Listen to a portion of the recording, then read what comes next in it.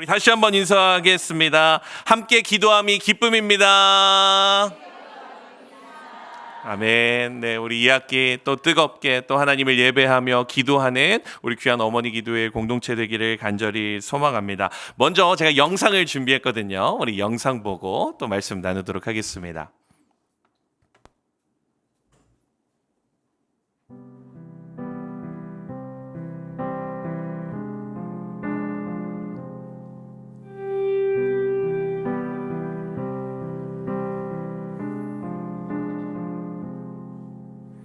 누가 내 맘을 위로할까? 누가 내 맘을 알아줄까? 모두가 나를 비웃는 것 같아. 기댈 곳 하나 없네. 이젠 괜찮다 했었는데 익숙해진 줄 알았는데 다시 찾아온 이 절망에 나는 또 쓰러져 혼자 남아있네.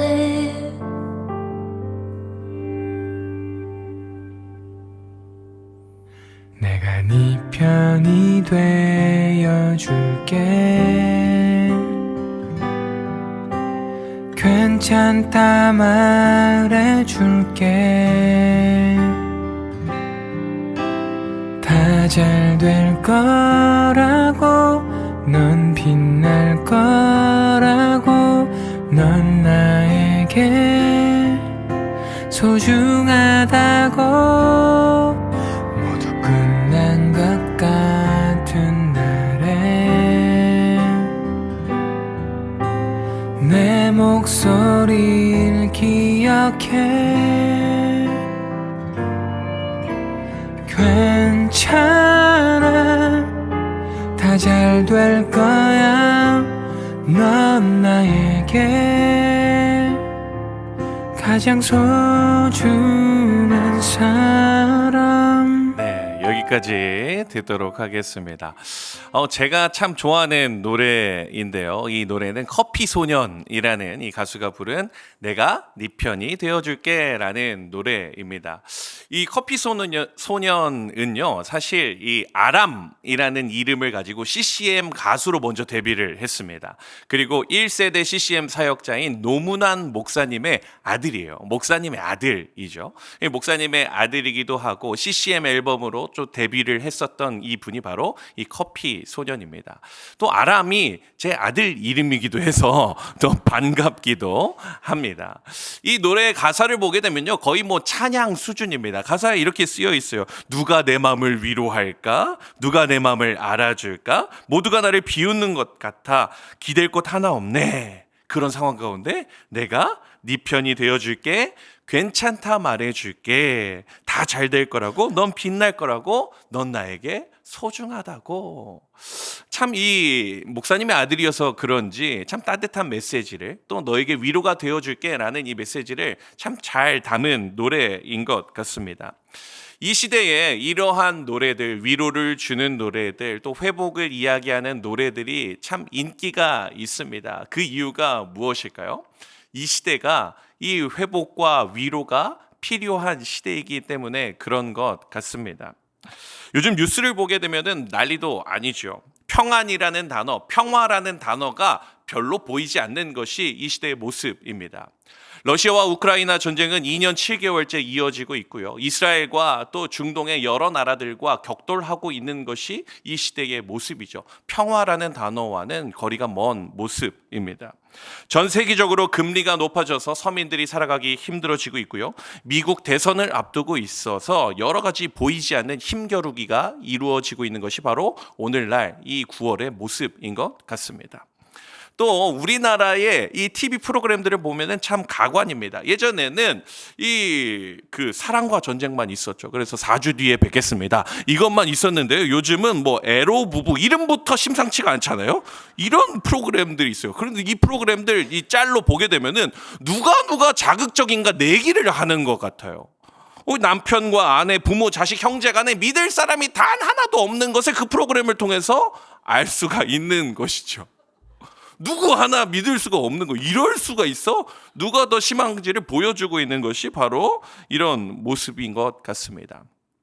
결혼한 분들이 우스갯소리로 이런 이야기를 하죠. 남편은 남의 편이라서 남편이라고 이야기를 하고 아내는 내 편이 아니야 라고 해서 아내라고 이야기를 합니다. 저도 가끔씩 느낄 때가 있어요. 내 편이 아닌 것 같아요. 다른 사람들의 편인 것 같고. 또 우리 자녀들의 모습은 어떻습니까? 우리의 마음을 시원케 하고 막 은혜의 말을 할 수 있도록 도와주는 것이 우리의 자녀들이라면 참 좋겠지만 은혜의 말보다는 이 답답한 마음에 잔소리를 하게 되고 마음이 시원케 되기보다는 어떻게 됩니까? 마음이 조여오고 답답해지는 것. 우리도 사무엘이 되고 싶어요. 그렇지만 이 자녀들이 다윗이 아닌 걸 어떻게 하겠습니까? 지난주 주일 말씀 보고 나도 사무엘이 되고 싶은데 그렇지 않은 것이 우리들의 모습인 것 같습니다. 또 오늘이 무슨 날인지 아십니까?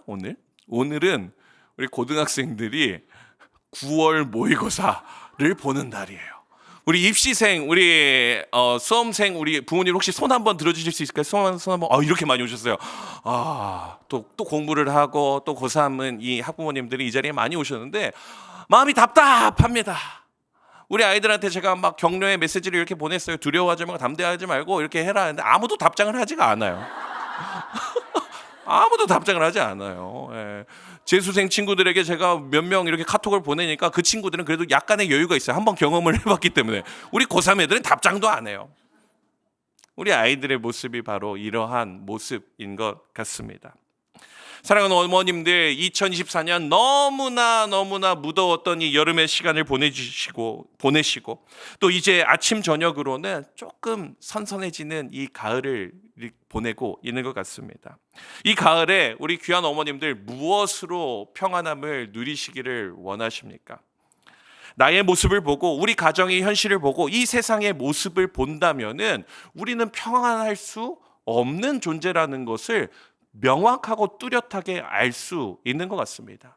세상을 바라보고 우리 가정을 바라보고 이 모든 일들, 우리 자녀의 모습들, 우리 남편의 모습들을 바라보게 되면은 이것으로부터는 도저히 평안함을 누릴 수 없는 것이 우리의 인생이라는 것이죠. 이 학기 어머니 기도회를 앞두고 우리 어머님들과 꼭 나누고 싶은 말씀, 꼭 나누고 싶은 이 기도의 제목이 있습니다. 바로 무엇이냐면 하나님께서 허락하시는 평안을 누리자라는 것입니다. 하나님께서 허락하시는 평안을 누리자. 세상이 주는 평안이 아니라 나의 자녀들이 주는 평안함이 아니라 물질이 주는 평안함이 아니라 하나님께서 허락하시는 평안을 누리는 이번 2학기가 되기를 소망하는 마음으로 이 2학기 어머니 기도회를 준비하였습니다. 오늘 짧은 이 메시지를 통하여서 오늘 딱 2가지만 살펴보고 기도 열심히 하려고 합니다. 이 짧은 2가지의 말씀, 세상이 주는 평안이 아닌 하나님께서 허락해 주시는 평안, 그 진정한 평안을 경험하게 되는 우리 귀한 어머님들 되시기를 간절히 소망합니다. 첫 번째로 오늘 말씀을 통해서 살펴볼 수 있는 것은 바로 이것인데요. 우리를 위로하시려고 보혜사 성령님을 보내셨다라는 것을 말하고 있습니다. 오늘 본문 읽었던 14장 27절의 앞절 말씀이죠. 26절 말씀인데요. 우리 화면 보시면서 우리 같이 한번 읽어보도록 하겠습니다. 시작. 보혜사 곧 그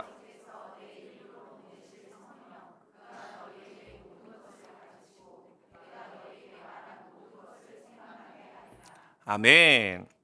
예수님께서 직접 말씀하고 계시는 것이죠. 보혜사 곧 아버지께서 내 이름으로 보내실 성령이라고 말씀하고 있는 것을 볼 수 있습니다. 평안을 너에게 주노나 이렇게 말하기 전에 그 전에 보혜사 성령님에 대해서 설명을 하고 계시는 것이 바로 예수님의 모습이라는 것이죠. 사실 성령 하나님은 이미 삼위 하나님으로 태초부터 함께 역사하셨습니다. 그러나 예수 그리스도의 구속 사역 이후에 본격적으로 모든 예수 믿는 사람들에게 직접 친히 찾아가 주셔서 역사하시는 분이 바로 성령님이라는 것을 우리는 너무나 잘 알고 있는 것이죠. 그 성령님이 임하실 것이다. 보혜사가 너희에게 임할 것이다 라고 선포하시는 것이 바로 오늘 이 요한복음 14장의 메시지라는 것입니다. 그 성령님, 그 보혜사라는 단어의 의미가 무엇입니까? 보혜사는 헬라어로 바로 파라클레토스라고 얘기합니다. 많이 들어보셨을 거예요. 파라클레토스. 파라는 무엇이냐면 옆에라는 뜻이거든요. 옆에. 클레토스는 무엇이냐면은 부르다, 돕다, 위로하다라는 단어입니다. 그러니까 이것을 합쳐보면 무엇입니까? 옆에서 돕는다라는 것을 이야기하는 것이죠. 옆에서 돕는 분을 너희에게 줄 거야. 그분이 바로 보혜사셔 라고 말씀하는 것이 바로 이 14장의 메시지라는 것이죠.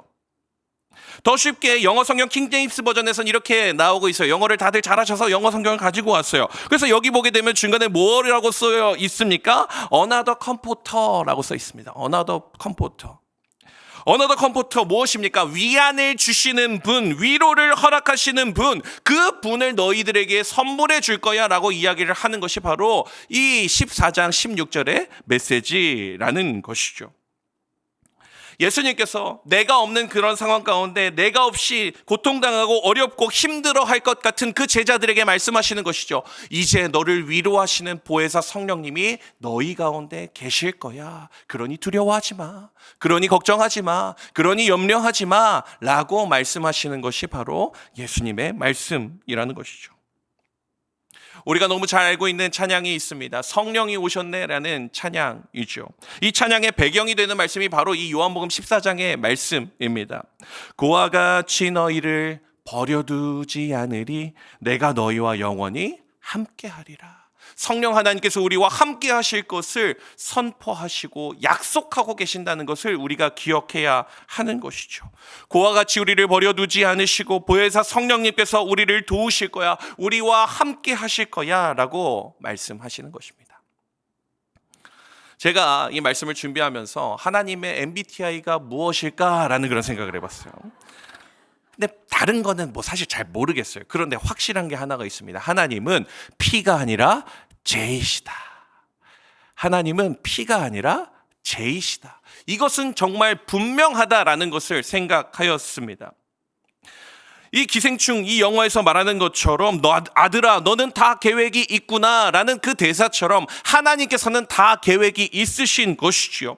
구원사역 구속사역을 완성하시고 나서 성령 하나님께서 성령 하나님을 각 개인에게 보내사 하나님께서 은혜를 누리게 하시는 것이죠. 그 놀라운 은혜와 놀라운 사랑을 우리에게 계획하시고 보내셨던 것을 우리가 볼 수 있는 것입니다. 그 놀라운 사랑과 그 놀라운 은혜, 하나님의 그 계획으로 인하여서 우리가 무엇을 누릴 수 있다고요? 바로 평안을 누릴 수 있다라는 것이죠. 또 이 말씀이 눈에 확 들어왔습니다. 고린도후서 1장 4절에 이렇게 말씀하고 있습니다. 우리의 모든 환난 중에서 우리를 위로하사 우리로 하여금 하나님께 받는 위로로서 모든 환난 중에 있는 자들을 능히 위로하게 하시는 이시로다. 아멘. 위로가 누구로부터 온다가 말하고 있는 것입니까? 위로는 하나님으로부터 온다. 오늘 요한복음에서 또 고린도후서에서 말씀하고 있는 것 공통적으로 말하는 것이 무엇입니까? 고난당하고 환난당하고 힘겹고 어렵지. 그런 상황 가운데 위로는 이 땅 가운데 구하는 것이 아니야. 위로는 하늘로부터 오는 것이야. 위로는 위로부터 오는 것이야. 라는 메시지가 분명한 것이죠. 우리를 위로하시기 위해 보혜사 성령님을 보내셨고 우리의 고난과 핍박과 환난 가운데 우리를 위로하시는 그 하나님이 계신다. 이 사실을 먼저 기억하실 수 있는 우리 귀한 어머님들 되시기를 간절히 소망합니다. 두 번째로 오늘 말씀을 통해서 살펴볼 수 있는 것 이것인데요. 바로 무엇이냐면은 예수님은 유한한 평안이 아니라 진정한 평안을 허락하셨다라는 것입니다. 오늘 본문 27절 말씀인데요. 우리 다시 한번 이 말씀 한번 읽어보도록 하겠습니다. 시작. 평안을 너희에게 끼치노니 곧 나의 평안을 너희에게 주노라. 내가 너희에게 주는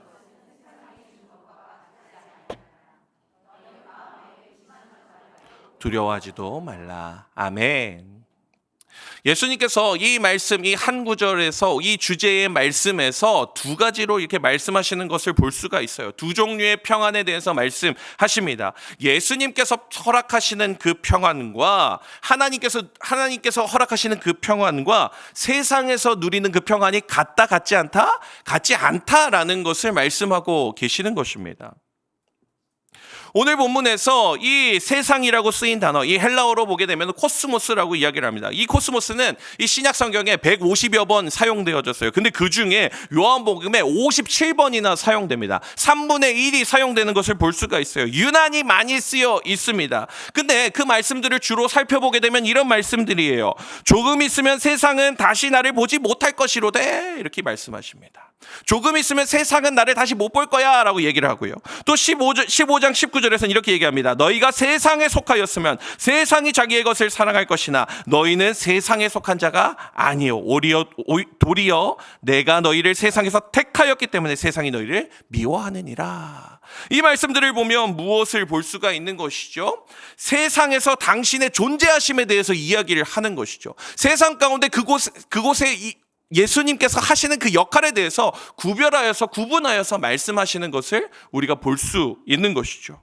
그리고 오늘 본문 27절에서 말씀하는 것처럼 세상이 주는, 코스모스에서 주는 그 평안과 다르다.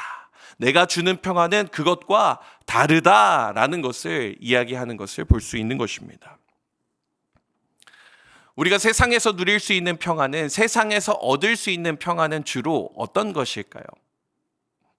세상에서 주는 평안의 특징이 있습니다. 가장 먼저 무엇이냐면요, 유한합니다.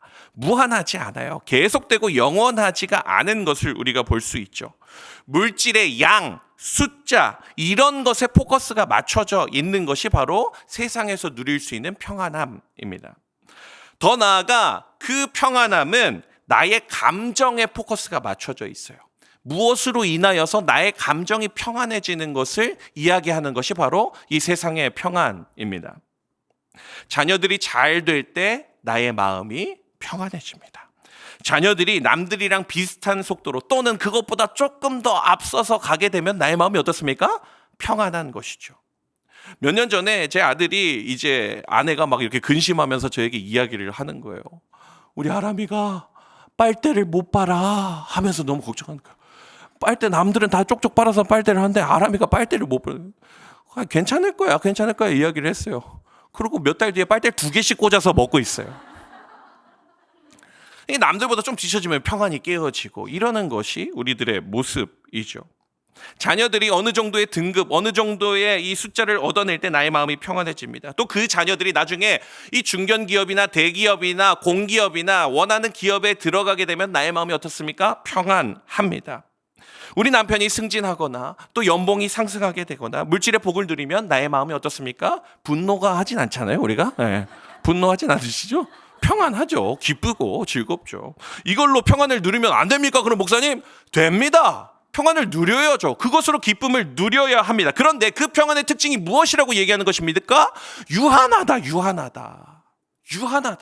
영원하지 않다라는 것을 이야기하는 것입니다. 계속되고 그 평안으로 인하여서 내가 즐겁고 그것이 계속되는 것이 아니라 몇 달 지나면 사라지는 평안이에요.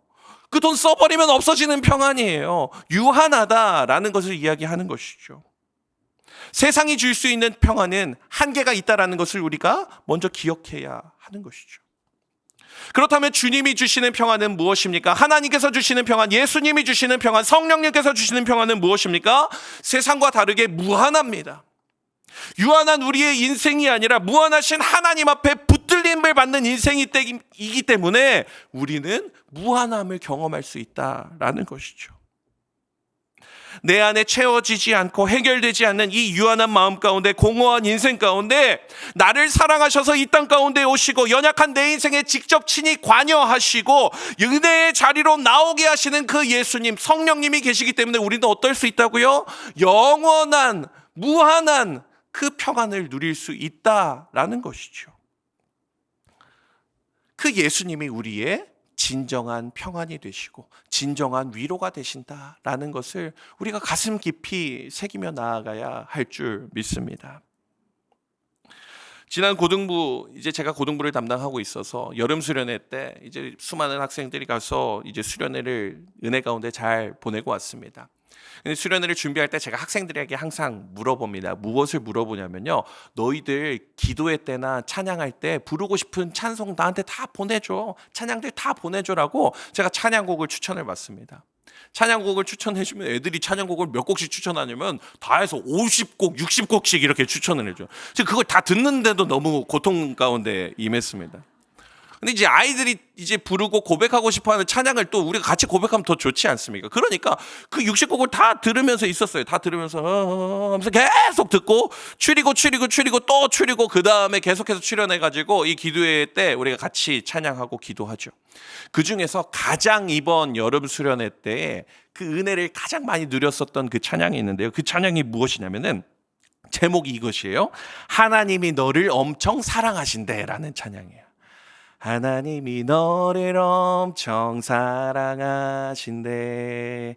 하나님이 너를 엄청 사랑하신대. 하나님이 너를 엄청 사랑해서 지금 눈앞에 어둠 속에 그저 두지 않으실 거래. 그 다음에 또 하나님이 너를 엄청 사랑하신대. 하나님이 너를 엄청 사랑하신대. 하나님이 너를 엄청 사랑해서 너의 삶을 허락하시고 이 땅에 태어나게 하셨대. 라는 이 찬양 고백입니다.